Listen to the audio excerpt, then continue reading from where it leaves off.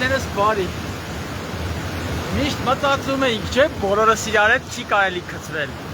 Դե մի քիչ կարելի է։ Հենց գծվեց սենց պրոպկի պես հանեց դուրս։ Կարևորը քար բան չկա մեջը։ Դե քանի դեռ շատ չի շատացել, կարելի է։ Ամեն անգամ նույն բանն եմ ասելու, որ հրաշք է։ Սառը ջրով անգամ տանը լողանալը։ Ուղղակի ստեղ բնությունը օգտակար է։ Օգնում է։ Դե քանի որ գիտեք, իմ նպատակը լողանալը չի, մենակ լողանալը լինել, տանը կլողանայի։ Ստեղ մտքի կենտրոնացում է տալիս սառը ջուրը 6-րդ, 7-րդ, 8-րդ փուլի համար։ Եվ 2 տարի պետք է ամեն օր անդադար, ամեն օրյա վարժությունների շնորհիվ հասնես մտքի խաղաղության, աշխարհի ամենամեծ գանձն է, խաղաղ միտք ունենալը,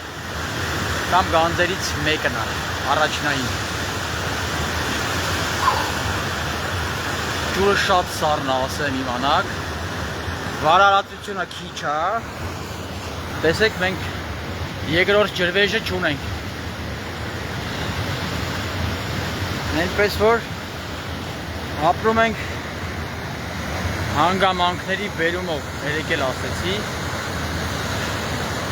պետք չի վախենալ ոչ մի բանից։ Բնությունը երբ պետք է ուժեղացնի, ջուրը կվարարի, մենք էլ ըստ այդմ կշարժվենք։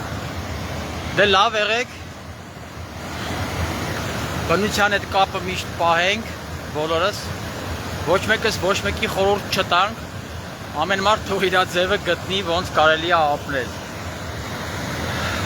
Каждому по-своему. Я райжу.